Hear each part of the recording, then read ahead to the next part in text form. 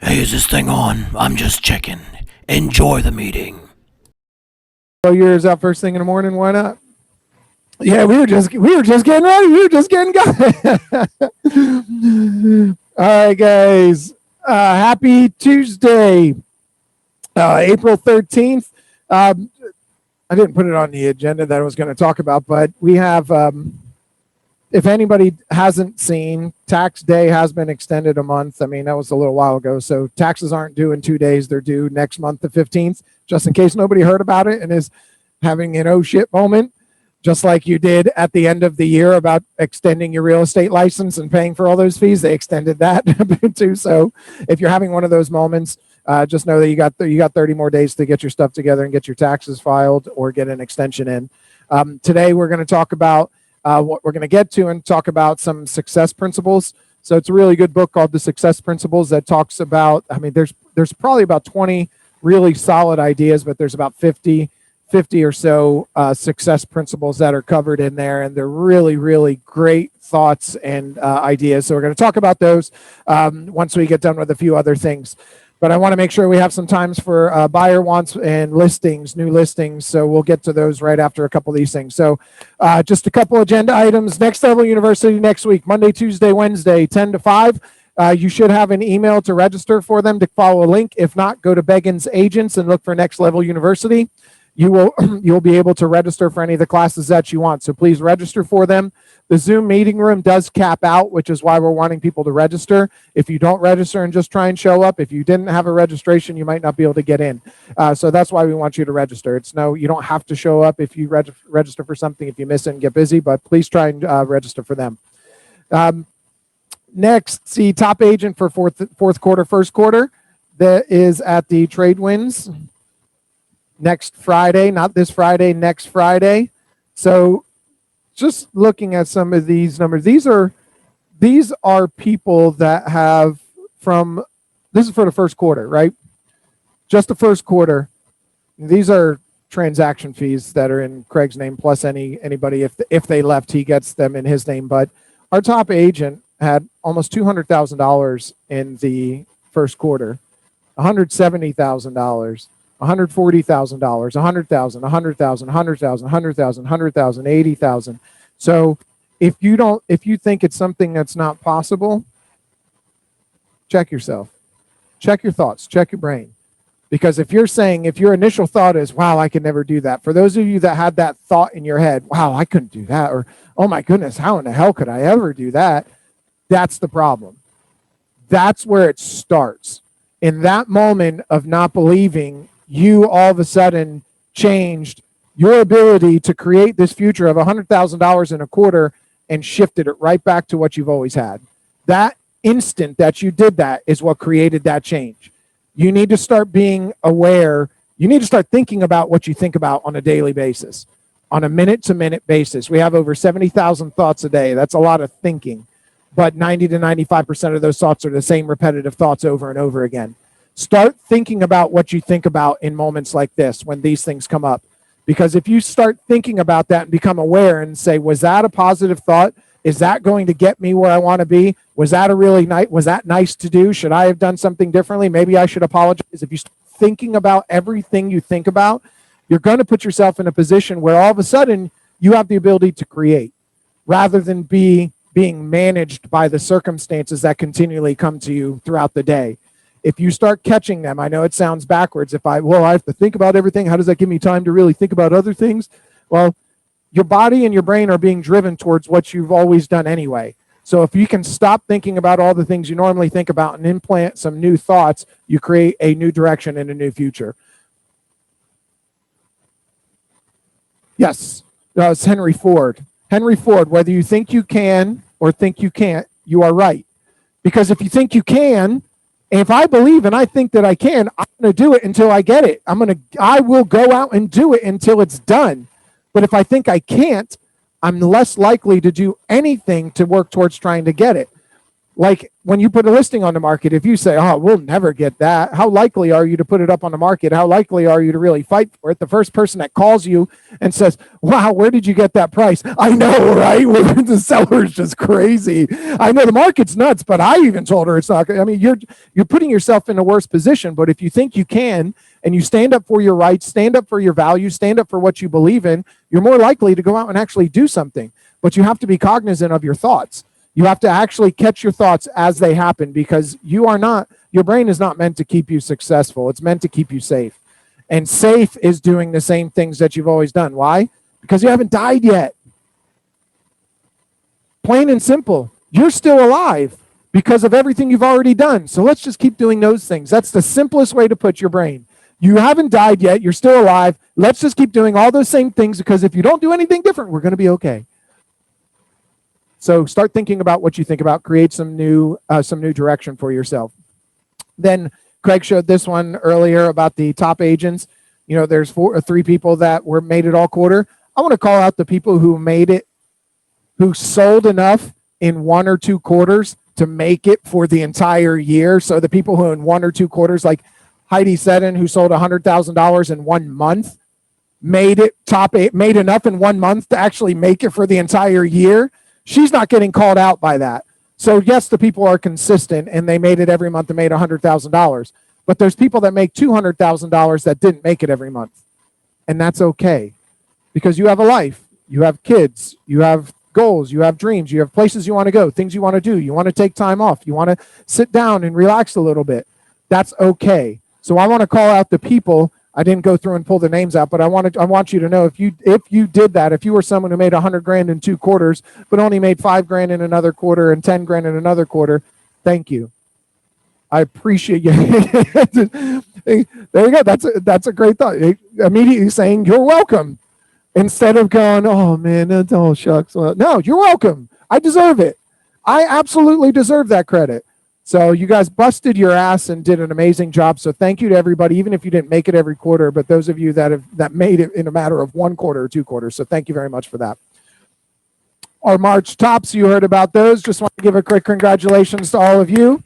Thank you very much for everything that you guys do. And for those of you that didn't make it, guess what? It's a new month. So you can, this girl right here is going to be on it for April. And if not on it for April, we're going to have a little talk. You're going to be on that for April. You have a lot going on. So I'm really looking forward to that. And got that. All right. So I've got some notes that I wanted to just go through really quick. So Craig keeps saying, when you see through John Smith's eyes, then you see what John Smith buys. Well, for those of you who are upset with the builders, you can implement any builder names in here. So I came up with, when Lennar catches John Smith's eyes, watch out, John Smith's realtor cries. Because they're only paying you 1%. Or when Ryan Holmes, just on the first sale, I understand. But there's a lot of builders that are doing that. Let's just make it what it is. It's funny. Get the first one done with it. Get on to the next one. Okay?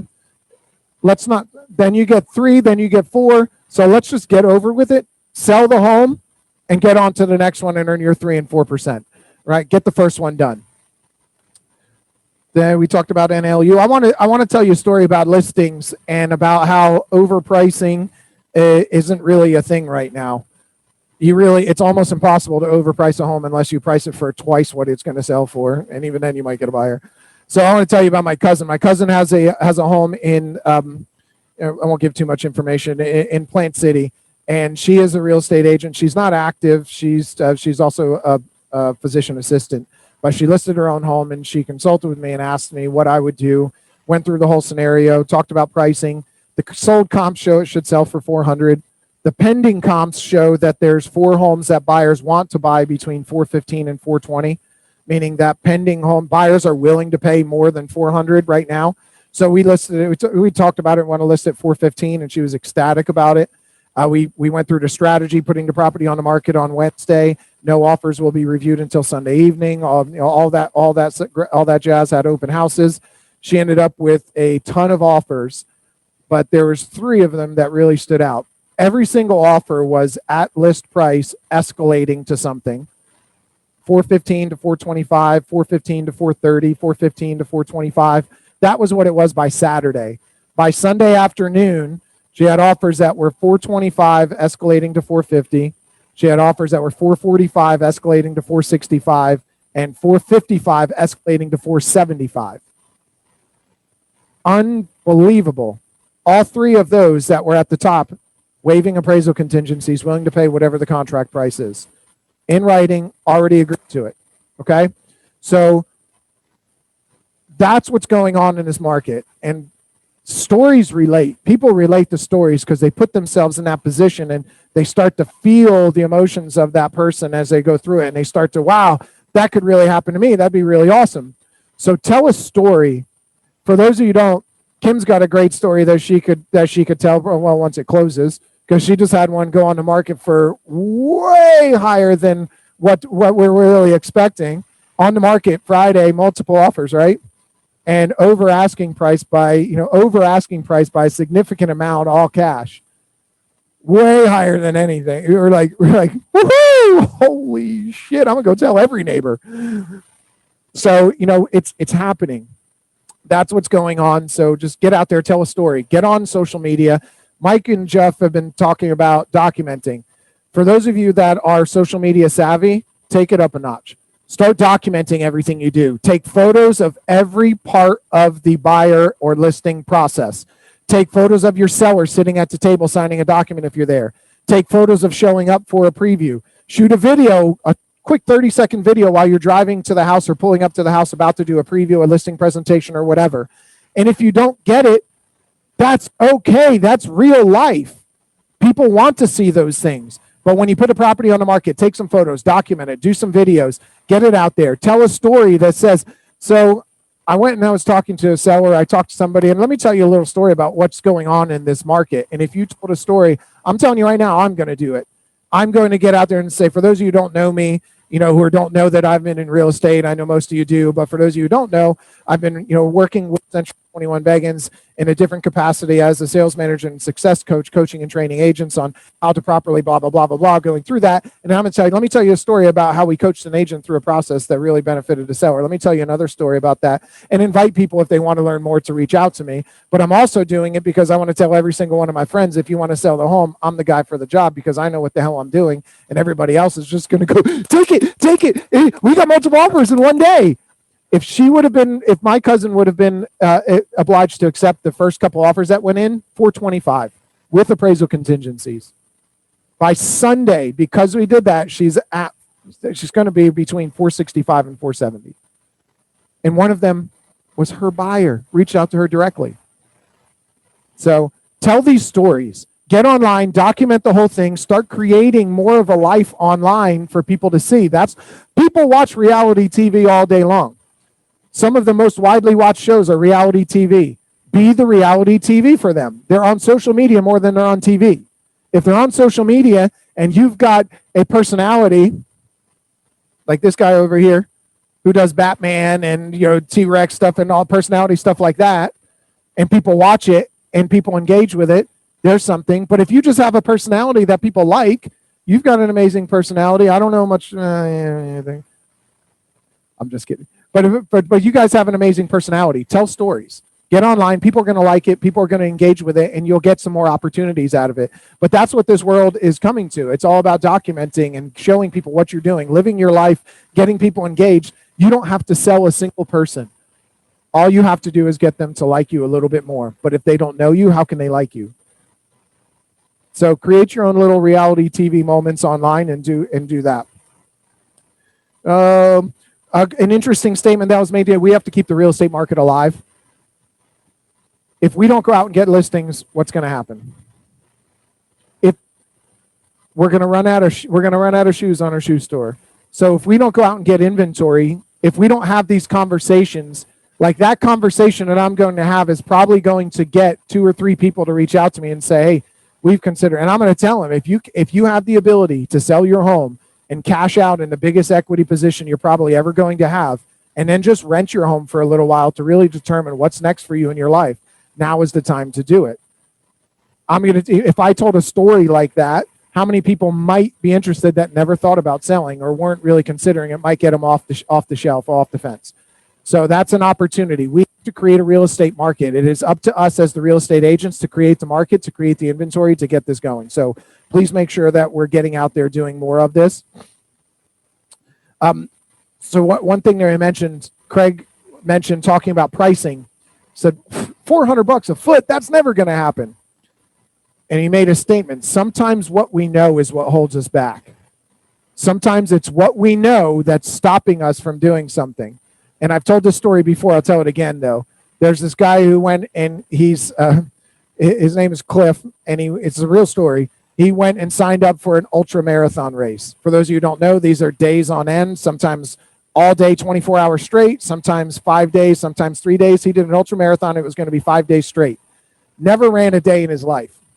He shows up in a pair of overalls, a t-shirt, and boots. He's a farmer, and they asked him, what the hell is this guy doing here? All these professional runners have all to ask him, what is this guy doing here? Have you ever ran in your life? Have you ever? He said, no, but I've got a farm, and sometimes I've chased sheep for 2 or 3 days on end. Just continue going after them, trying to get them, to bring them back, to try and save them. I'll be up for 3-4 days, and it's what you got to do. And he goes, well, don't you think you might want to start with a little bit lesser of a race, maybe like a 1 mile race, or like a smaller marathon? And he goes, well, no, this was the only race that was available to meet my schedule. An ultra marathon in 5 days. So after going through all that for a little bit, they agreed to still let him run. And gun goes off, and he starts. Everybody takes off and sets a nice little pace. He's over there doing this, exactly like this. Just they actually gave it a name, called it the Cliff Young Shuffle, because this is all he's doing, moving at that speed. Right. By the time he got to the end of the day, all of the other professional runners stopped. They had a team. They had somebody with a tent. They set up. They slept. You run for 18 hours, sleep for 6. That's what they all knew. That's how you run an ultra marathon. That's how you do it. You run for 18. It's not a rule, but it's what they knew. It's how it was always done. Cliff had no idea about that. Never ran Runner's World, never read a magazine, never talked to a coach, never knew anything, enrolled in it, didn't read anything. There's nothing. He just showed up to run. And he kept running. By the time he got to where everybody had stopped, he had no idea that they had stopped because everybody was asleep, and he just kept going. Ran for 5 days straight, set a new world record by almost 12 hours.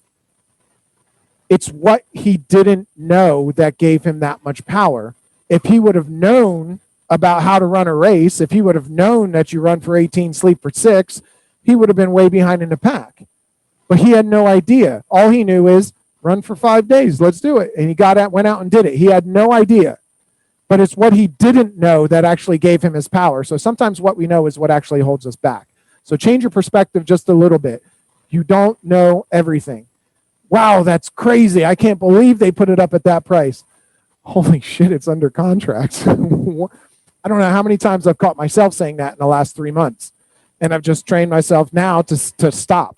Say, we're pricing to demand, not to appraisals. Whatever you knew before is not what it is today. And if I tell myself that enough, that becomes my new position. So every time that thought creeps in, become cognizant of your thoughts, be aware, think about what you think about. When that thought comes in, I stop it. And I tell myself a new story about what is actually happening. And that's how you create a different reality. Your thoughts become things. My original thought put me in the original position. My new thought's going to put me in a new position. So if I change my thoughts and change the perception that I have, I'm going to create a new reality. And that's really what we're all after. We don't want the same shit over and over and over again. We want new, exciting, and fun.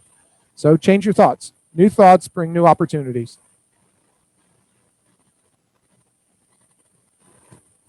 Yeah.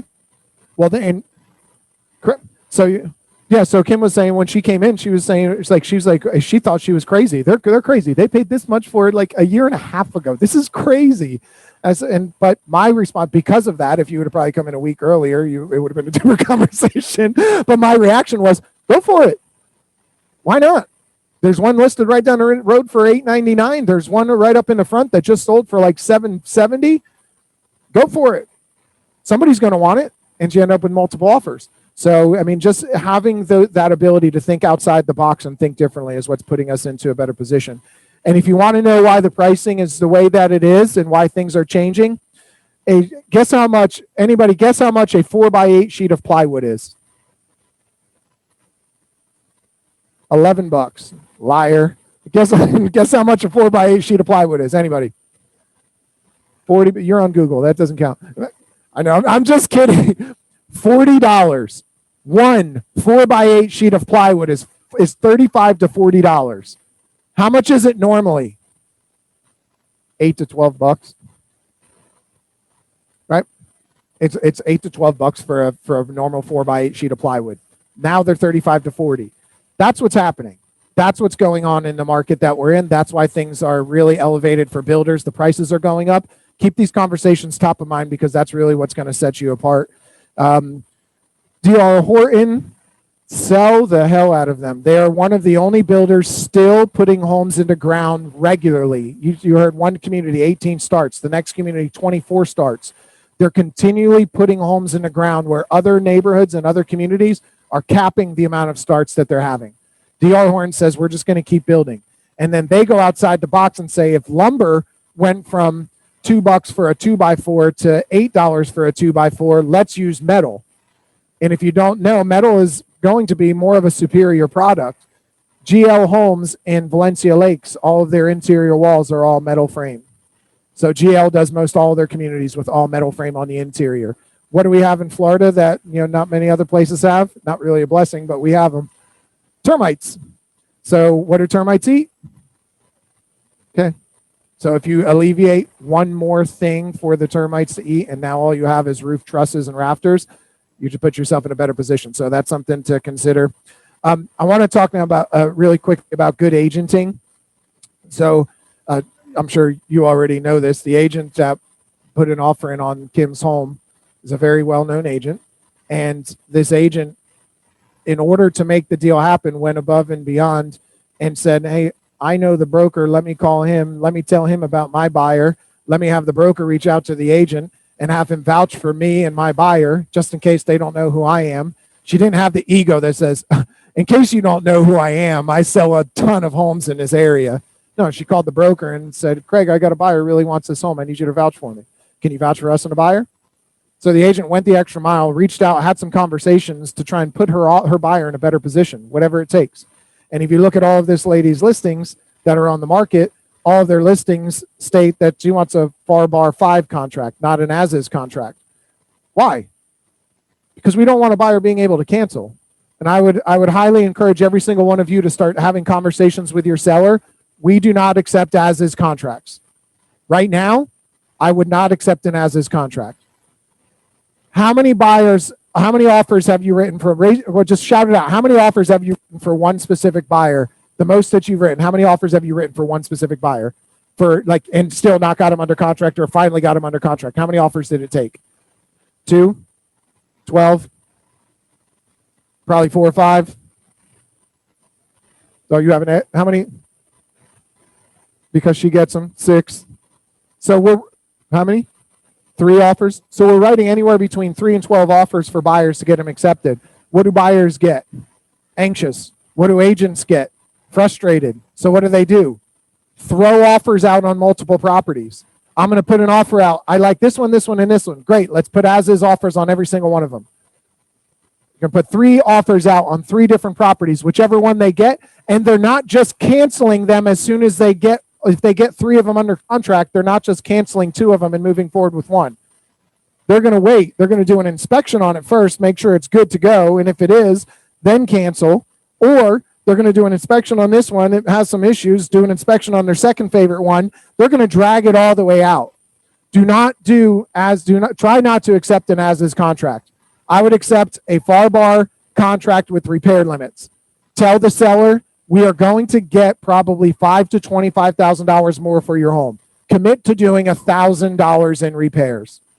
It makes sense. Now, obviously, if you know that there's unpermitted work, or you know that there are open or expired permits, that's another concern. If you know of that, so make sure you do some research before you just blindly accept it. You need to know what you're doing.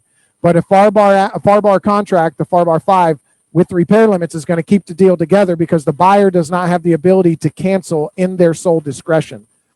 They have to do an inspection. They have to present the findings. The seller has to get estimates. The buyer and the seller have to basically communicate and figure out if they're going to accept it as is, or they're going to negotiate some more, or if at that point one of the parties can cancel. So it keeps the deal together and keeps things moving. And as is contract, buyer does not have to do an inspection. Buyer can just cancel the contract in their sole discretion. So keep that in mind. Good agenting right now is what's going to get you deals. It's what's going to keep you going. Yeah,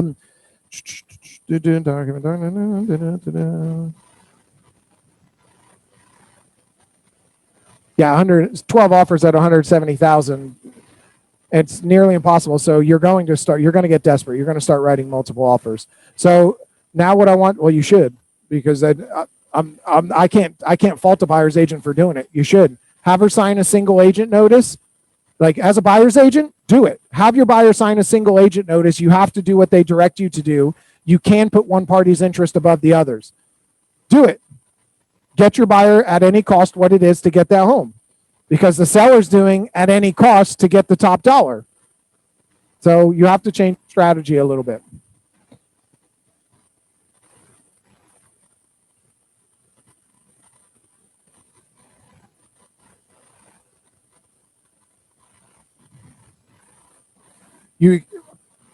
See, you can have a buyer waive their inspection contingency, but I mean, most people are. Yeah, you can have. Well, I'm not saying you. I'm saying as a seller, you can have the buyer waive their inspection contingency. Well, I'll do this. No inspections, no appraisal, no anything. You can see if they'll do that, but a lot of them aren't willing to. Do we have any new listings? Buyer wants and needs any new listings that need to be pitched that haven't sold already? Any coming soons? Good. Can you bring that mic over to Tenley? She got a coming soon.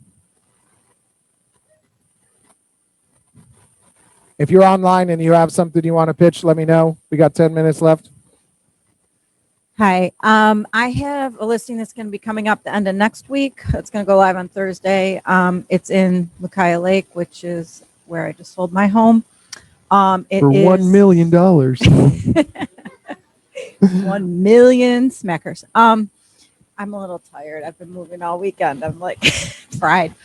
Anyway, it is a 4.3, 2,000 square feet, fully fenced backyard, extended screen lanai. Really, really nice. Did a lot of decorative touches inside. I think we're going to be starting out around 327. Cool. So about 2,000 square feet, 4 bedrooms, 3 baths, Lucia Lake, wonderful amenities. Gated side or not gated? Not gated side.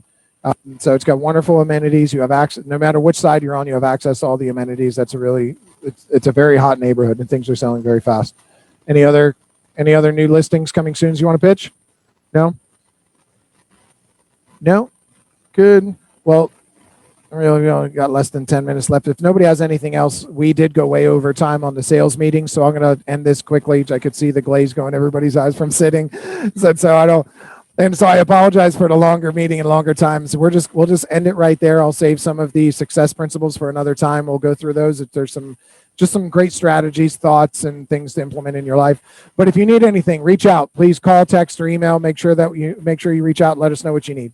Have a wonderful day and happy Tuesday.